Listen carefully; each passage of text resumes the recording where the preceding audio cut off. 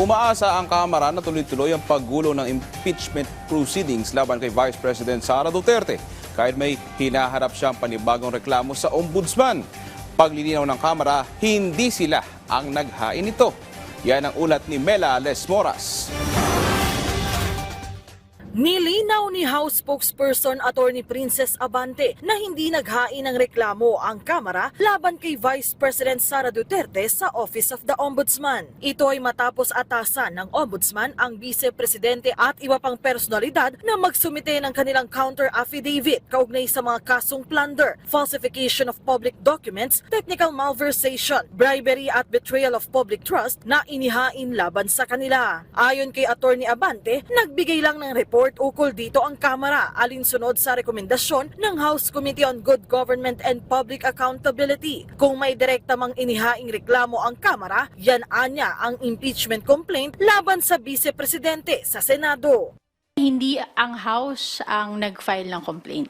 So, ang initiate lang ng House ay yung impeachment trial through the transmission of the articles of impeachment.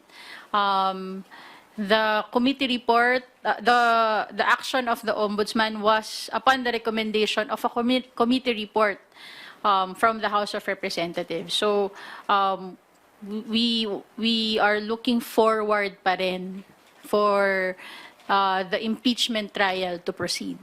Sa ngayon, iginiit ni Attorney Abante na nakahanda na at patuloy pa rin ang paghahanda ng House Prosecution Team para sa impeachment trial. Paglilinaw niya, hindi naman nila inaaway ang Senate Impeachment Court sa gitna ng palitan ng matitinding pahayag ng dalawang kapulungan ng Kongreso hinggil sa issue.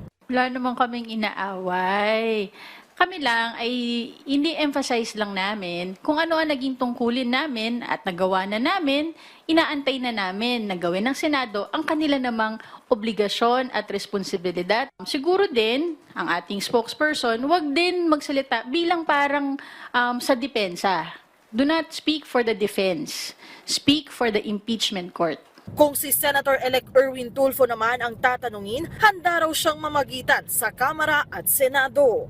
They gave me a good idea. I'll try. I'll talk to the House leadership siguro today or tomorrow to ceasefire na lang muna siguro para kasi nag-aaway. Medyo hindi rin maganda tingnan, di ba? Nagbabangayan yung dalawang grupo, nagsisihan. So I might do that. Una nang pinuri ni House Minority Leader Marcelino Libanan na isa sa mga miyembro ng House Prosecution Team ang mga Senator Judge na hindi nag-iingay ukol sa impeachment sa ngalan ng professionalism. Sana'y tularan anya ng iba pa ang proper decorum na ito at hayaan ang konstitusyon na manaig.